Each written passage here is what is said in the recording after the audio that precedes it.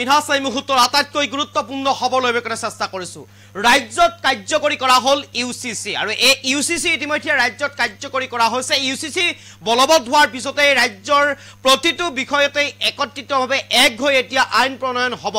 জাতি ধৰ্ম বৰ্ণ নিৰ্বিশেষে সকলোৱে এক আইনৰ গণ্ডিত খুমাই পৰিব সকলোৱে এক আইনৰ মাজত থাকি চলাফুৰা কৰিব লাগিব প্ৰতিগৰাকী ব্যক্তিয়ে প্ৰতিটো জাতি জনগোষ্ঠীয়ে এই আইনৰ মাজত এটা আইন প্ৰতিগৰাকী ব্যক্তিৰ বাবে বলবৎ হ'ব কি মুছলমান কি হিন্দু প্ৰতিগৰাকী ব্যক্তিৰ বাবে এক আইনৰ আওতাত খুমাই পৰিব ইউসিসি অৰ্থাৎ ইউনিফৰ্ম সিভিল কোড আৰু এই ইউনিফৰ্ম সিভিল কোডৰ ভিতৰত খুমাই পৰিব প্ৰতিগৰাকী ব্যক্তি আৰু কোনেও এই আইনৰ বাহিৰত যাব নোৱাৰিব বিবাহেই হওক অথবা বিবাহ বিচ্ছেদেই হওক বহু বিবাহ হওক অথবা হালাল প্ৰথা হওক প্ৰতিটো বস্তুৱে এই আইনৰ আওতাত খুমাই পৰিব আইনৰ গণ্ডিত খুমাই পৰিব পূৰ্বতে যেনেদৰে মুছলিম ল বোৰ্ড আছিল মুছলিম পাৰ্সনেল যি ল বোৰ্ড আছিল সেই বোৰ্ডৰ অধীনত ইছলাম ধৰ্মৰ বা মুছলমান লোকসকলৰ একাংশ নীতি নিয়ম আছিল কিন্তু এতিয়াৰে পৰা অৰ্থাৎ যেতিয়াৰ পৰা ইউসিসি বলবৎ কৰা হ'ব তেতিয়াৰে পৰা ইউসিসিৰ আওতাত আহি পৰিব প্ৰতিগৰাকী ব্যক্তি তথা প্ৰতিটো জনগোষ্ঠীৰ বিষয়সমূহ আৰু এই ইউসিসি বলবৎ আজি দিনৰ 12:30 কাৰ্যকৰী কৰা হৈছে আৰু এই ইউসিসি বলবৎ হৈছে উত্তৰাখণ্ডত এই মুহূৰ্তত সবিশেষ লৈ কাৰণে চেষ্টা কৰিছো ৰাজ্যত কাৰ্যকৰী হ'ল ইউসিসি আৰু আজিৰে পৰা খলনি হ'ব ৰাজ্যত কেইবাটাও নিয়ম আৰু ইতিমধ্যে ইউসিসি বলবৎ কৰা হৈছে আজিৰে পৰা সকলো ধৰ্মৰ জাতিৰ ক্ষেত্ৰত প্ৰযোজ্য হ'ব এই নীতি বিবাহকে ভিতৰ কৰি কেইবাটাও ক্ষেত্ৰত নিয়ম নামানিলে হ'ব জৰিমনা বিবাহকে ভিতৰ কৰি কেইবাটাও নিয়ম আছে আৰু সেই নিয়মৰ আওতাত যদি আপুনি নাথাকে নিয়মৰ গণ্ডিত যদি আপুনি নাথাকে তেনেহলে আপুনি জৰিমনা ভৰিবলগীয়া হ'ব পাৰে বিবাহ চৰকাৰীভাৱে পঞ্জীয়ন নহলে বিপদত পৰিব পাৰে আপুনি আৰু ঠিক একেদৰে লিভিন সম্পৰ্কটো থাকিব লাগিব পঞ্জীয়ন যদিহে আপুনি লিভিনত থাকে তেনেহলে পৰ্টেল মুকলি কৰা হৈছে সেই পৰ্টেলৰ জৰিয়তে আপুনি তথ্য দিব লাগিব পঞ্জীয়ন কৰিব লাগিব তাৰ পিছতে আপুনি থাকিব পাৰিব জৰিমনা বিহিব নালাগে আপুনি যদিহে পঞ্জীয়ন নকৰে ভৰিব লাগিব পাৰে 10,000 জৰিমনা 3 মাহ পৰ্যন্ত আপোনাৰ হ'ব পাৰে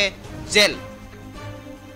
আৰু চৰকাৰীভাৱে পঞ্জীয়ন নকৰি বিবাহ কৰিলে হ'ব পাৰে 25,000 পৰ্যন্ত জৰিমনা অৰ্থাৎ ইউসিসি কাৰ্যকৰী হোৱাৰ পিছতে সকলোবোৰ নিয়ম কাৰ্যকৰী হ'ব আৰু ইতিমধ্যে সকলো নিয়ম এক কৰি ইউসিসি কাৰ্যকৰী কৰিলে উত্তৰাখণ্ড চৰকাৰে এই মুহূৰ্তত কবিকে লৈ কাৰণে চেষ্টা কৰিছে ইতিমধ্যে উত্তৰাখণ্ড চৰকাৰে এই নিয়ম ইতিমধ্যে পালন কৰিছে আজি দিনৰ 12:30 মুখ্যমন্ত্ৰী পুষ্কৰ সিং ধামীয়ে এই কথা ইতিমধ্যে উল্লেখ কৰিছে মুখ্যমন্ত্ৰী ধামীৰ নিৰ্দেশৰ পিছতে 12:30 পৰাই কাৰ্যকৰী কৰা হৈছে ইউসিসি অৰ্থাৎ ইউনিফৰ্ম সিভিল কোড আৰু প্ৰতিটো জাতি প্ৰতিটো ধৰ্ম প্ৰতিটোগৰাকী ব্যক্তিৰ বাবে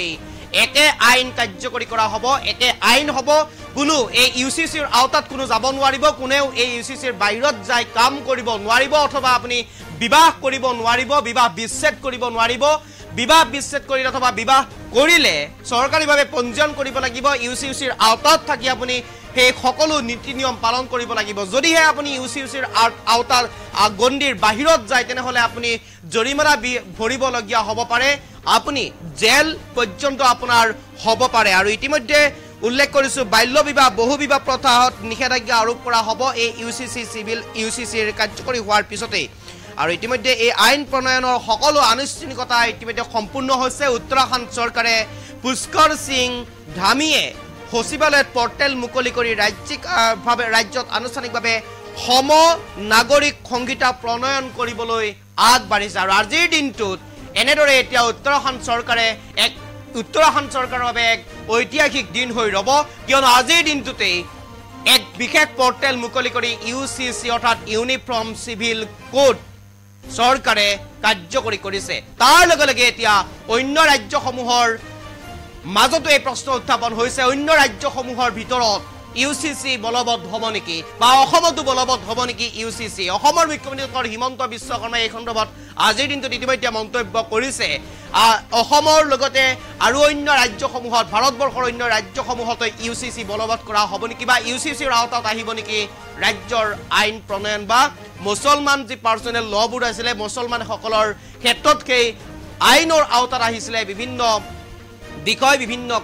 বিভিন্ন কাম কাজ এই আইনৰ আওতাত সোমাই পিছিলে কিন্তু এতিয়াৰে পৰা সেই আইনৰ আওতাত নাহিব এতিয়াৰে পৰা কেৱল মাত্ৰ আহিব ইউচিচিৰ আওতাত আৰু সকলোৱে একত্ৰিতভাৱে এনেদৰে এই আইন মানি চলিব লাগিব যদিহে নামানে এই আইনৰ বাহিৰত যদি যায় তেনেহলে আপুনি জৰিমনাৰ লগতে ভৰিবলৈ হ'ব পাৰে আপোনাৰ 3 মাহৰ পৰা 6 মাহ পৰ্যন্ত জেল